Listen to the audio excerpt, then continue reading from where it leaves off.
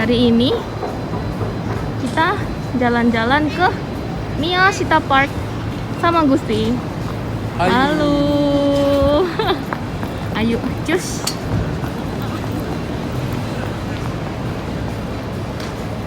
Narsis dulu. Hai. Ini kan barusan jadi. Iya. Tahun ini barusan jadi. Iya, baru ini. Di bawahnya itu toko-toko yang merek-merek bagus gitu. Tuh, lihat. Toko branded cakep banget. Mulai dari Vuitton, Gucci, Balenciaga, Prada. Pokoknya merek-merek yang tidak bisa saya beli. Coach juga ada. Oh? Coach Oh. asoko nih Oh, kyominayo. Kanenai karena nggak punya duit, nggak bisa beli, bodo amat. Pokoknya bawa-bawa ini mirip-mirip kayak apa sih, outlet gitu ya. Masuk lewat situ aja gue sih. Ya nggak usah naik jembatan, males. Cocok. Ini ada 3 lantai. Lantai 4 kan? 1, 2, 3, 4 ya. Yang paling atas itu ntar ada taman. Gede banget, bagus. Itu juga kelihatan tuh tamannya tuh. Nanti kita ngobrol di situ ya. Oke. Itu tulisannya Miyashita. Jadi dulu itu sebelum apa ya? Belum jadi Miyashita Park ini, dia tuh kayak apa ya istilahnya? Dulu itu rencananya mau dibikin kayak apa ya? Rel kereta api gitu. Oh gitu. Tapi relnya kereta api yang rencananya mau ditaruh ke atas ini akhirnya masuk ke bawah. Oh. Jadi akhirnya terbengkalai, terus sempat ada kayak tenis court gitu. Tapi karena apa ya, motai naik, akhirnya dijadikan apa, daripada sia-sia ya. Akhirnya dijadikan jalan pusat perbelanjaan, terus di atasnya dikasih taman. Oh. Seperti itu. Tapi cocok banget sih ya. Tuh, Louis Vuitton. Ngomongnya apa Louis Vuitton namanya? Vuitton. Louis Vuitton. Itu merek yang tidak terbeli oleh saya. Kita naik dari sana aja ya kayaknya. Oke. Naik dari ujung situ, jadi apa ya, biar menyeluruh gitu. Oke.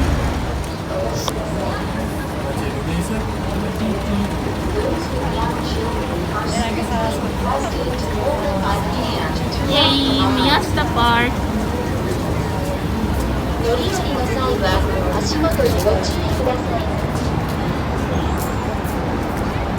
Ternyata banyak juga orangnya.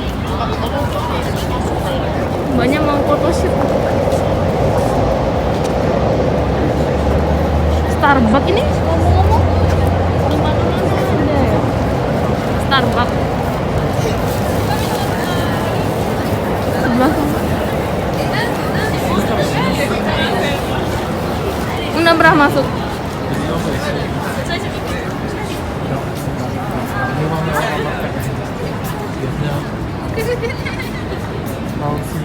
Oh. Memang konsepnya mereka sendiri ya. Iya, mungkin konsepnya simple. Udah mau sunset aja, cepet banget. Di sana itu kayak ada apa ya, untuk apa ya, volleyball court yang dari apa, pasir pantai gitu. Oh iya ya, yang buat volley gitu kan. Beach volley. Oh. Ada itu juga apa namanya, yang buat manjat-manjat itu. Climb gitu Ya, kan. ada rock climbing kayak gitu.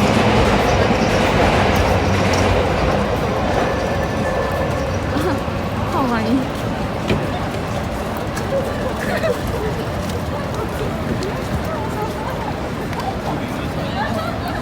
Banyak sekali orangnya ternyata. Ya nggak banyak banget sih, tapi ya lumayan lah. Apa? Mau bisu benci. Benci yes. ini kelihatannya kan keras gitu. Dan fuwa-fuwa, fuka-fuka. Jadi kalau diduduki itu nggak keras. Oh.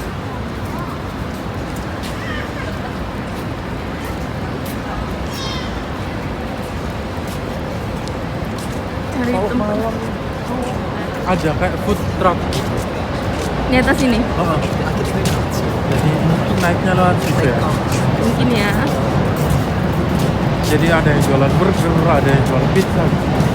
Malam-malam lah ya. Di sebelah food truck.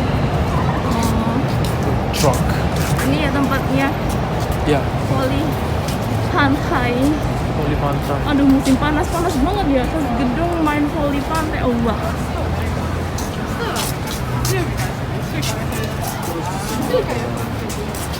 Apa? Wall climbing. Tapi ini pohon-pohonnya nanti kalau misalkan udah gede, menjalar kan ini ketutupan jadi Iya. hijau ya. Udah habis. Sudah habis. Di situ ada yang arena buat skateboard. Oh, oke. Duduk situ aja. Mumpung ada yang kosong. Halo semuanya, apa Hai. kabar? Kembali lagi di channel YouTube saya. Kali ini sama Gusti lagi nih. Apa kabar, Gus? Baik. Baik. Geng kita, yuk. Geng kita nih. Alhamdulillah sehat semua. Hari ini kita lagi ada di Miyashita Park yang ada di Shibuya. Ini salah satu taman baru ya Gus ya. Deket sama Shibuya Station. Ada berapa lantai tadi? Ada ya? 4 lantai. Ada Ini lantai 4. keempat. Ya ini paling rooftopnya dibikin taman gitu. Terus lantai di bawahnya restoran-restoran, bawahnya lagi masih restoran-restoran, terus paling bawah tempat branded ya, store branded itu yang kayak Branded store kayak Coach, kayak Ya. Gucci, kayak Vuitton. jadi kayak berasa pergi ke outlet. Tapi ada di Shibuya outletnya.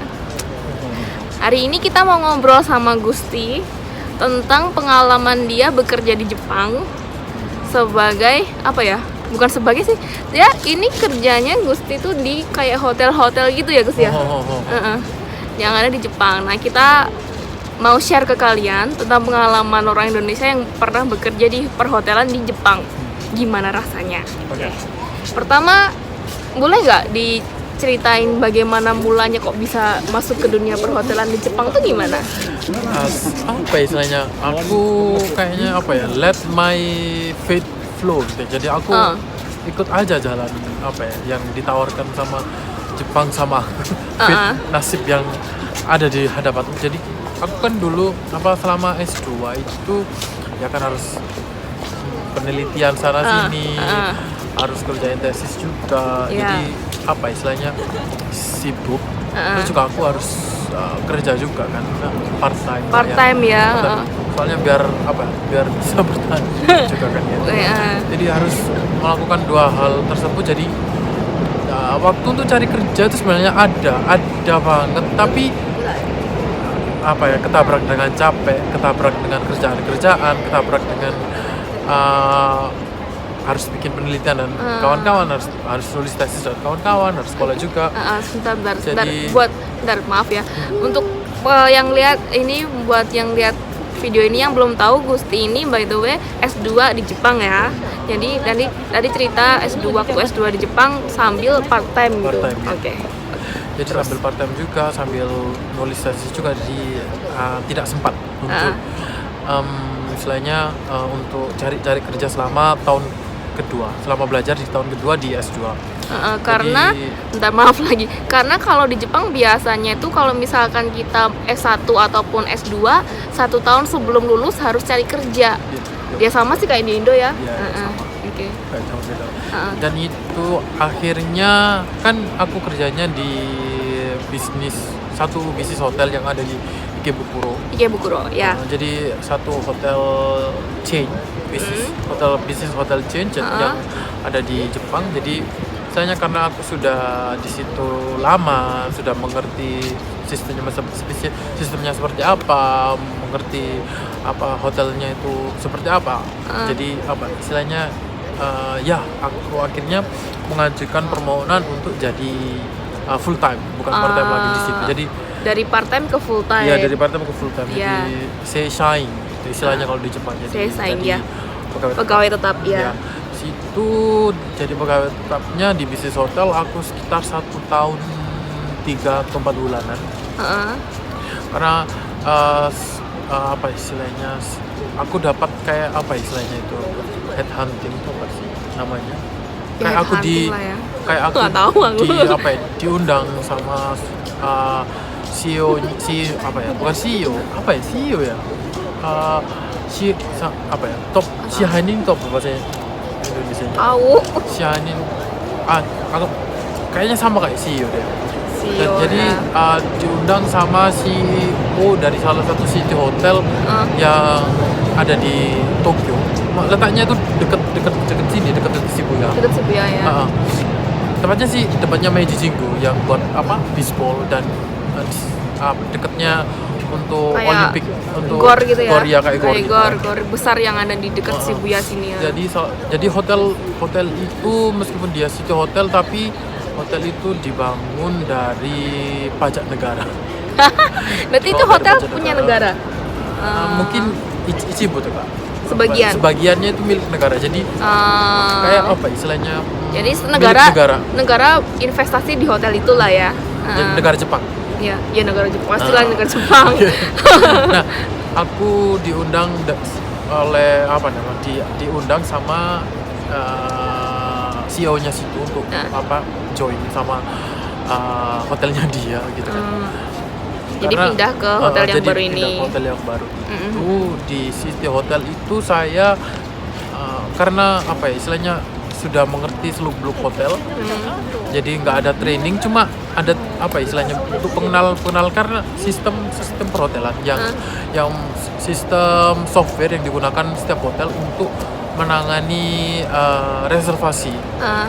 Itu kan tiap hotel kan beda-beda. Ya. Nah, dari situ aja aku apa namanya istilahnya harus belajar lagi selama kurang lebih 3 sampai semingguan. Tapi alhamdulillah aku bisa menguasainya 2 sampai 3 hari. Jadi alhamdulillah banget. Ya, Jadi dari situ CEO-nya itu tambah wah, kamu orang Indonesia ini semuanya kanji kok sudah hafal semua. Ya alhamdulillah saya punya dikasih Tuhan daya ingat yang tinggi gitu kan. Alhamdulillah dari situ. Jadi setelah 3 bulan Shoki Kang itu apa sih? Masa training 3 bulan. Masa training lolos selama lah ya. Lolos 3 bulan, aku langsung dijadiin manager, night manager. Nice. Jadi apa istilahnya ya, yang bertanggung jawab untuk shift malam untuk apa ya, mengawasi orang-orang di shift malam.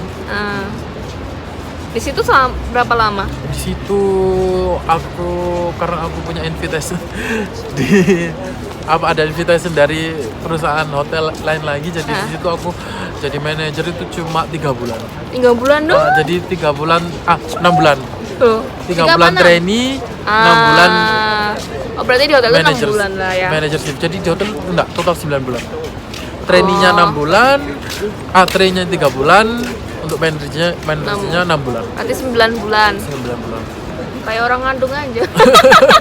Karena aku dapat tawaran lagi dari salah satu hotel chain internasional, bukan nasional lagi gitu kan. Jadi kawasannya sudah internasional. Ya. Dan di situ aku sampai sekarang ini sekitar udah berapa lama? Udah dari 2019 bulan April tahun setengah lah ya. 2019 tahun setengah dong. Tahun setengah lah ya. Sekitar lah. Tahun setengah. Happy nggak kerja di perhotelan? Apa ya istilahnya, ada happy-nya, ada susahnya juga. Happy-nya apa? Happy-nya itu apa istilahnya, ketemu banyak orang, bisa ngobrol-ngobrol, bisa tambah-tambah wawasan banyak, terus juga banyak lah yang bisa jadi pengalaman gitu kan, apa ya, nambah terus. Jadi yang darinya 0, karena aku selama aku belajar untuk yang namanya perhotelan itu basicku 0. Jadi aku berangkat dari part time di salah satu bisnis hotel. Yang tadi ya, hotel pertama. Senengnya itu, susahnya apa susahnya? Susahnya itu kalau ada tamu yang klaim harus berperang melawan protes tamu ya. Sampai tamu itu baiklah aku mengerti gitu. sampai kamu itu apa ya mengerti dan oke lah mau mengalah dan sebagainya. Jadi kita harus putar Berusaha, otak, ya. berusaha Untuk menangani reservasi yang klaim. yang customer yang protes gitu ya istilahnya. Karena apa ya istilahnya tidak hanya orang Jepang saja kan yang di perhotelan. Harus sama apa ya orang Cina lah, orang Hong Kong lah, orang Amerika, orang Australia, jadi banyak sekali. Jadi kita tuh harus punya berbagai apa istilahnya kalau orang Cina cara mengatasinya seperti ini, kalau orang Jepang cara mengatasinya seperti ini. Jadi kita Beda-beda. harus punya apa ya share cara-cara cara-cara keluar dari masalah. Oke. Jadi TAIO itu apa sih? Support. Pokoknya ada solusi lah ya. Bisa cara mengambil solusi itu kita tuh harus bisa gimana. Nah itu tadi kan nyebut customernya ada orang Cina, ada orang Hong Kong gitu kan macam-macam kan. Yang orang Indonesia ada dong pasti. Pasti ada. Banyak nggak? Mungkin dari semuanya kalau dikalkulasikan ya mungkin ada sampai 3 atau 4% dari semua customer. Lumayan juga ya, kan orang Indonesia juga banyak yang datang ke Jepang kan ya. Iya. Gimana, seneng nggak ketemu customer orang Indonesia di hotel? Yang ramah-ramah sih soalnya. Oh ada yang ramah, ada yang nggak ya? Namanya juga manusia ya, ada yang ramah, ada yang nggak ya. Apa istilahnya karena banyak yang ramah atau banyak yang rese? Banyak yang ramahnya aja deh. Kayaknya banyak yang rese. Soalnya apa istilahnya kalau kamu orang Indonesia ya, iya gitu kan. Jadi apa ya kerjaan kita itu akhirnya nambah gitu. Emang kenapa emang customer Indonesia minta apa sih kalau di hotelnya? Kok kenapa jadi kerjaannya menambah itu kenapa? Apa istilahnya karena kita bisa bahasa Indonesia. Jadi kalau setiap ada orang itu kita tuh harus apa istilahnya harus support orang itu sampai orang itu pergi dari kita. Kita kan check bisa, out sampai check out ya? Bukan. Jadi kalau ada orang tanya ke front gitu kan, front desk, mas aku mau gini, aku mau gitu, ini harus kasih tahu dong. Oh iya, oke kayak gini dijelasin sampai ngerti, sampai oke lah, sampai dia pergi. Jadi kita kan nggak bisa bilang, udahlah kamu ini sudah kasih tahu aku mau kerja, kamu oke lah gitu. Nggak bisa kan kita. Jadi kita jelaskan pelan-pelan. Ini kalau mau ke sini harus naik kereta ini, ntar ambil tiket yang ini ya. Ya seperti itulah. Jadi sampai orang itu oke, aku ngerti, dan akhirnya kita bisa melanjutkan ke pekerjaan selanjutnya. Dan seharusnya kita yang main job gitu kan. Tuh, jangan rese-rese guys jadi customer. Tapi kan ya emang gitu. Apa ya? Itu hak mereka dan itu kerjaan kita juga gitu. Jadi kita nggak bisa kenapa sih kok nggak pergi ini loh tempatnya ada banyak yang harus kita kerjakan gitu. Tapi ya apa istilahnya itu istilahnya juga orang Indonesia yang datang ke sini nggak Indonesia juga sih, semuanya kan juga baru, mungkin ada yang baru pertama ke Jepang, nggak tahu kan. Kita sebagai orang yang di hotel harus ya kasih tahu lah ya biar nggak kenapa-kenapa kan ya. Salah satu servisnya ya. Yang hal paling rese yang orang Indonesia pernah tanyakan atau minta bantuan selama di hotel apa? Bukan paling rese, paling aneh yang ini apa sih gitu yang bikin kamu kayak apa gitu? Apa istilahnya ada dulu. Mungkin orang Indonesia itu berpikir kalau front desk itu bellboy juga, tapi beda ya. Tapi beda sama bellboy ya. Apa ya istilahnya kita bukan bellboy, kita front desk, kita yang menangani reservasi check-in dan check-out, bukan yang menangani apa istilahnya barang-barang dan kawan-kawan. Jadi minta tolong diangkatin ke kamar gitu. Kamar ini antarin ke kamar ya gitu kan. Apalagi kalau seandainya bisnis hotel di Jepang itu hotel bisnis di Jepang. Karena apa ya, jenis hotel itu ada banyak. Jadi ada bisnis hotel, ada city hotel, ada ya 5-star hotel juga ada gitu kan. 5-star hotel itu kebanyakan ada bellboy-nya gitu. Tapi kalau seandainya bisnis hotel yang murah kita nggak ada bellboy. Jadi customernya harus angkat sendiri ya. Gitu. Harus. Tapi pada waktu itu dia nggak ngerti, dikiranya kita bellboy juga. Misalnya oke lah gitulah kan apa ya tuh. cuma satu orang ini aja oke lah gitu. Heeh. Tapi kalau seandainya banyak Semuanya banget kan kita ya kita kan capek bukan juga bellboy, ya. maaf sekali gitu. Kita Iya. makanya kalau ke orang Jepang kita tuh selalu ngomong maaf untuk apa namanya barang-barangnya itu kita nggak bisa angkat, harus apa customernya sendiri yang ngangkat ke kamar seperti itu. Tapi kan orang Indonesia dibilang gitu kan juga pasti mau angkat sendiri. Mau angkat sendiri sih Nggak. tapi Apa nggak? apa ya Apa protes dulu baru angkat sendiri? kayak jadi kan apa ya kita juga mungkin apa di pikiranku dulu itu orang Indonesia masih belum mengerti apa kalau ini ada bellboy sendiri, ada apa ya, ada front sendiri, belum tahu belum ya. tahu seperti itu, jadi oke lah gitu loh, tak angkatin Iya, gitu kan. Tapi ya untuk ini sebagai wawasan aja, jadi kalau seandainya di bisnis hotel atau hotel-hotel yang murah-murah itu nggak ada bellboynya dan Harus customernya angkat-angkat sendiri. angkat-angkat seperti itu. Oke, thank you. Selain orang Indonesia, customernya yang paling banyak orang mana? Cina, Hong Kong Orang Cina, Hong Kong. itu banyak sekali. Ni hao Karena deh. apa istilahnya orang Cina itu kalau ke Jepang suka belanja. Karena mungkin sebagian dari mereka suka produknya Jepang mungkin ya. Iya. Jadi banyak yang ke Jepang buat belanja aja bukan liburan. Iya, karena kan produk Jepang kan kualitasnya kan oke banget. Orang Cina banyak yang datang ke sini buat beli karena dan kemudian kualitasnya. dijual lagi. Iya. Bahkan ada cerita ya, orang Cina itu sengaja datang ke Jepang cuma buat beli rice cooker. Oh banyak, Iya kan? banyak banget. Banyak banget yang beli rice cooker, padahal di Cina sendiri kan jual rice cooker juga kan. Kenapa mereka datang ke Jepang buat beli rice cooker? Karena mereka pengen yang made in Japan. Itu juga ada juga nggak hanya rice cooker, bidet Iya, banyak untuk kan apa namanya buang toilet. air ya. Terus kan kalau di hotel itu kan kadang kan customer lupa barang kan ya. Apalagi kan customer yang dari luar negeri itu kan nggak mungkin balik lagi sengaja buat mengambil barang. Itu barang-barang yang diapain?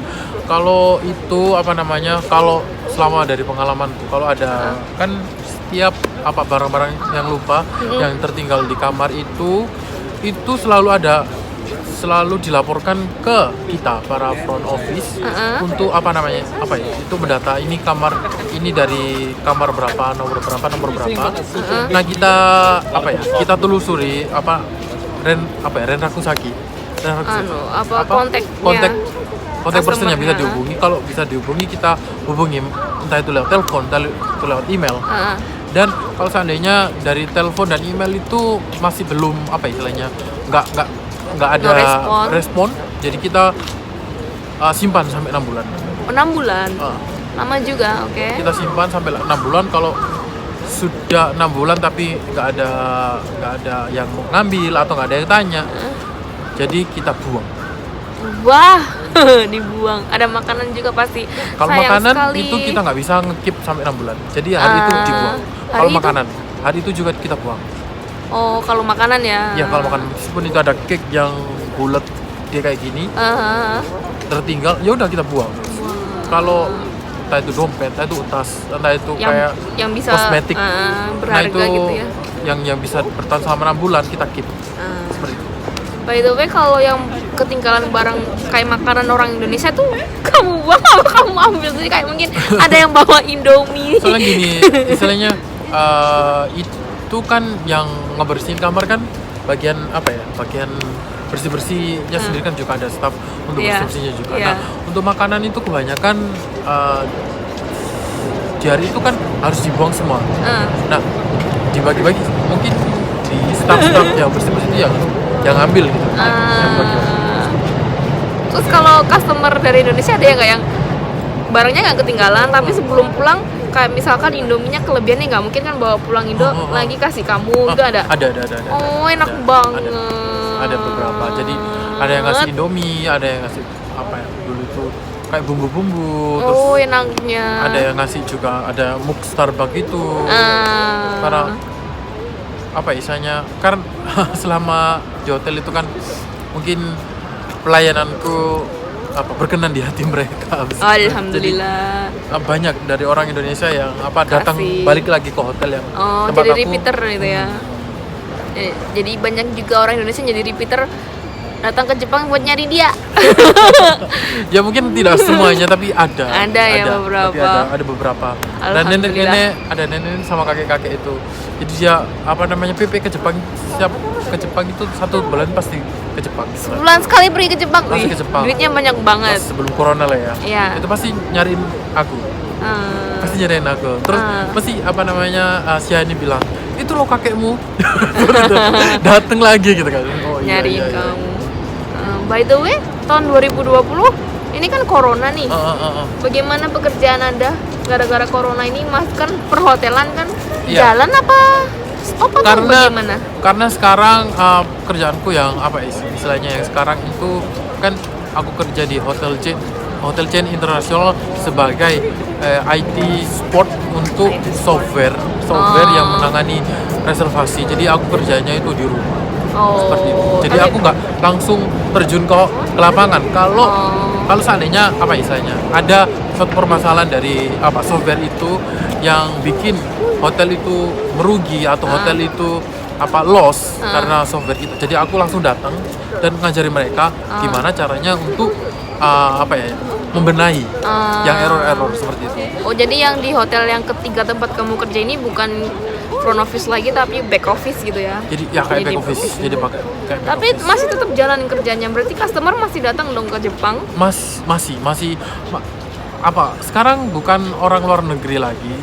Memang bukan orang luar negeri customernya. Jadi banyak yang orang Jepangnya seperti itu. Jadi karena outbound sudah nggak seberapa ada karena emang corona jadi nggak bisa masukkan. Inbound Inbound jadi nggak seberapa ada, jadi ya orang Jepangnya aja. Tapi istilahnya mulai kerjaan itu bisa di rumah gitu, jadi nggak harus keluar. Nggak harus Kalau kantor seandainya ya. ada istilahnya kayak ada permasalahan yang orang hotelnya nggak bisa ngatasi, ya akunya harus keluar seperti itu. Begitu. Baiklah, terima kasih Saudara Gusti. Ngomongnya saudara. Terima kasih atas info Sama-sama. dan ceritanya tentang bekerja di hotel. Semoga bisa menambah wawasan masyarakat Indonesia yang nonton video ini tentang orang Indonesia yang kerja di hotel di Jepang. Sebenarnya ya sama aja kayak kerja di hotel dimanapun sih, cuma kebetulan ini orang Indonesia yang ada di Jepang jadi kita bahas di sini. Siapa tahu orang-orang yang pengen kerja di hotel di Jepang sedikit ada pencerahan lah ya. Iya. Gitu. Makasih lo ya. Ya, sama-sama. Pesan-pesannya Jadi, buat pesan-pesan istilahnya gini untuk orang-orang Indonesia. Istilahnya Ya. kan sekarang orang asing sudah mulai masuk ke Indonesia ini kan ya. Orang-orang asing sudah mulai bisa masuk ke Indonesia untuk bekerja. Kok Indonesia sih? Aku pesan-pesan untuk orang Indonesia. Kamu tadi bilang orang-orang asing yang mau masuk ke Indonesia. Orang-orang asing yang masuk ke Indonesia. Untuk ini pesan-pesan untuk orang. Bukan, saya mau tanya pesan-pesan untuk orang Indonesia yang ke Jepang. Oke. Karena ini di Jepang. Yang mau ke Jepang. Yang untuk yang mau belajar atau yang mau menekuni pekerjaan di perhotelan yang ada di Jepang. Istilahnya banyak sekali hotel-hotel di Jepang ini ya yang bisa kita terjuni, tapi untuk memulai start aku rasa kalian tuh harus memulai di hotel bisnis. Kenapa? Karena di bisnis hotel kalian akan akan diberi tanggung jawab untuk mengurus banyak hal.